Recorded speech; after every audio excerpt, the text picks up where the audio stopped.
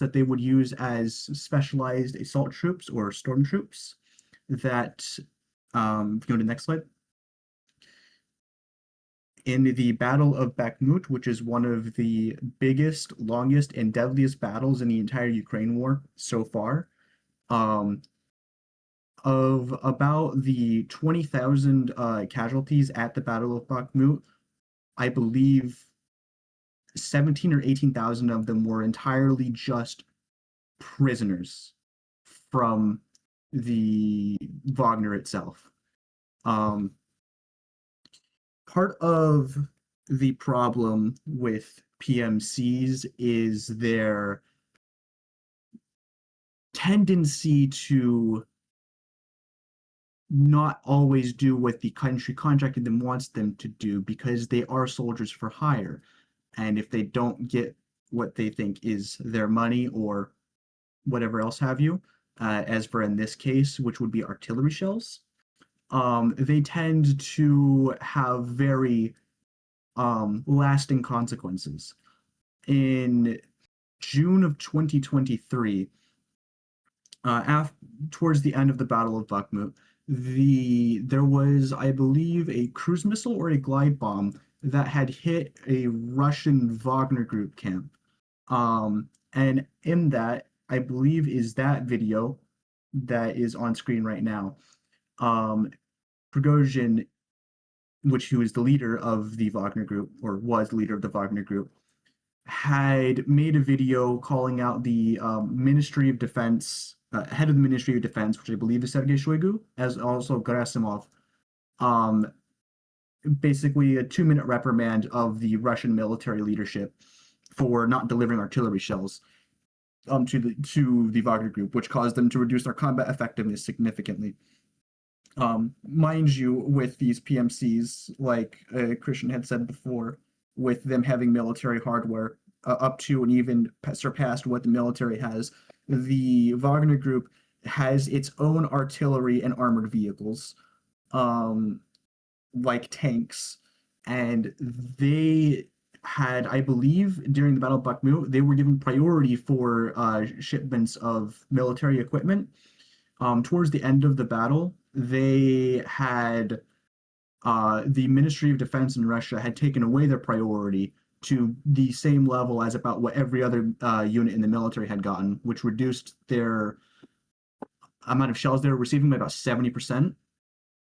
Combine that with the supposed accident of hitting the Wagner base, had caused Wagner Group to essentially leave that area of Bakhmut and return to Russia.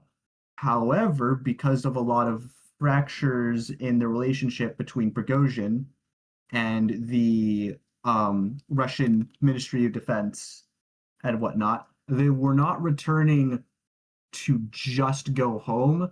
They went to, if you look at the picture on the bottom right there, a city called Rostov-on-Don, which was the headquarters of the Russian military, I believe, for the Eastern and Southern Front in the war, which is primarily where the battle is being fought now, minus the Ukrainian incursion into Kursk and subsequent invasion into Sumy. But during that time, the Wagner Group had seized the city, taken control of the city, and had started a march towards Moscow.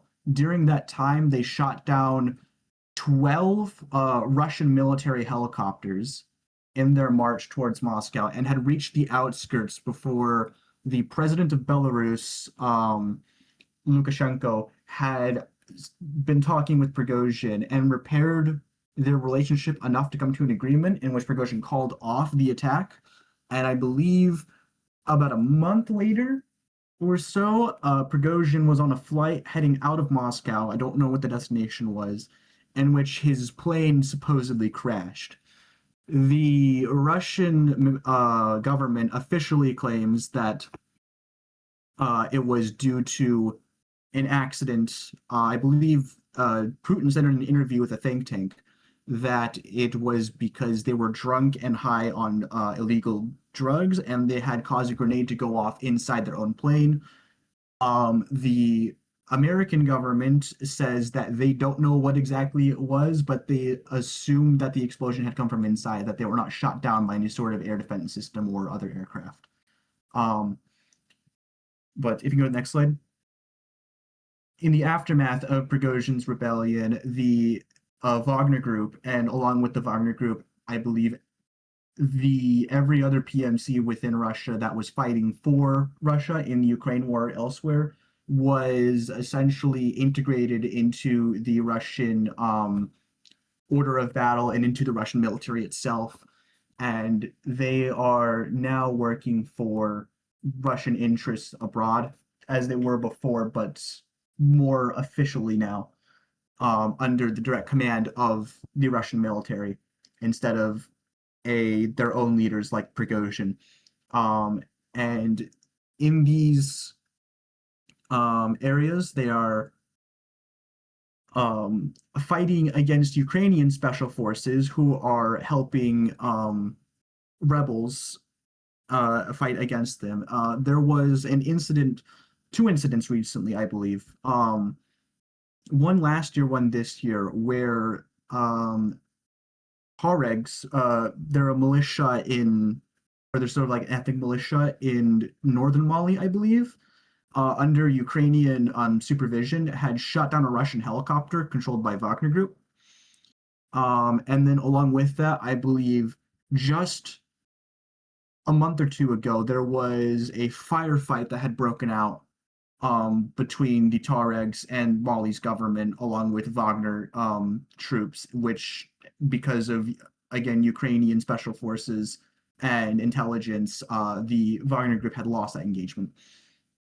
All of this is a part of, if you go to the next slide, all of this is a part of a larger shadow war essentially being fought between Ukraine and Russia across the world, in which the Ukrainians will find whatever side is opposing Russia and they will support them. They will equip them with whatever weapons to stop Russia from gaining arms, from gaining what is it? The approval of other countries, like especially in Africa and also like Syria, and also includes the Russians shipping their fuel that they have on technically sanctioned illegal ships that shouldn't technically exist anymore due to how old they are, and I believe they're decommissioned and some other things. But there's a fleet of very old tankers that Russia is using to basically smuggle fuel to other countries. And which, in these two pictures, you can see the one on the left, I believe, was. I don't know if anyone had hit that one. I think that that might have been just because the ship is so old, it started to break down. There was an incident because of that fire on board. And then on the picture on the right was caused by a Ukrainian naval drone hitting the tanker in the Sea of Azov, which is within, I believe, the Russian economic zone, maritime economic zone. In conclusion, PMCs are a way for governments to essentially subvert international law and as well domestic backlash through using mercenaries, PMCs, to gain plausible deniability in their actions. One Thank you for your time. thing I wanted to add that we didn't talk about that I think you would have enjoyed that we could have talked about was the Wagner in Syria with the oil refinery, the gas refinery. Oh, yeah. Yeah, I just thought about that. But I basically, forgot about that.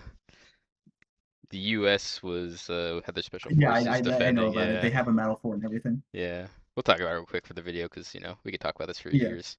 But basically, the U.S. had a video or not video, sorry, special forces there to protect an oil refinery, and Wagner went and attacked it, outnumbering them. I think it was like 40 U.S. special forces against like 300, 400 plus. Maybe it's more than that. 500. Yeah, it was I think it Wagner, was and then 500. in addition to Wagner, it was the Syrian government troops or Syrian Democratic. Sorry, the Syrian Democratic forces were helping the Americans, and then the opposing Syrian forces were helping the Wagner group. And one part about that goes back to the you know, the downside of PMCs is their deniability and what happens if they're like misused or whatever. Is basically the U.S. called Russia and like, hey, are these your guys? And Russia was like, nope, not ours. And they got slammed so hard that, like Zach said, there's a medal now for just the people that survived it. I think over Yeah, it 200 of them were was killed and they completely got hit obliterated. by Got hit by a Black Hawk and fighter jets. AC-130, Yeah, a 4 B-52. F-15s. Yeah, 4 F-15s, some Apache helicopters, some drones shooting Hellfires, B-52 bombers, AC-130s, and A-10s, just strafing and destroying every single piece of equipment and all the people there. As well as ground artillery fire from American forces.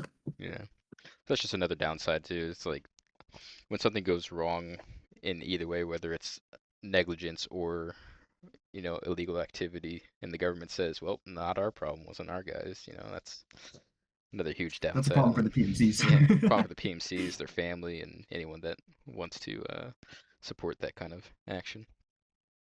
Um, oh, and then the Prigozhin thing where he was flying, he was actually just going from Moscow to St. Petersburg, I'm pretty sure. Yeah, So and it was a domestic flight. yeah, it was a domestic flight. But yeah, in conclusion, that's all we got. Thank you for your time, Thank you for your time. and goodbye.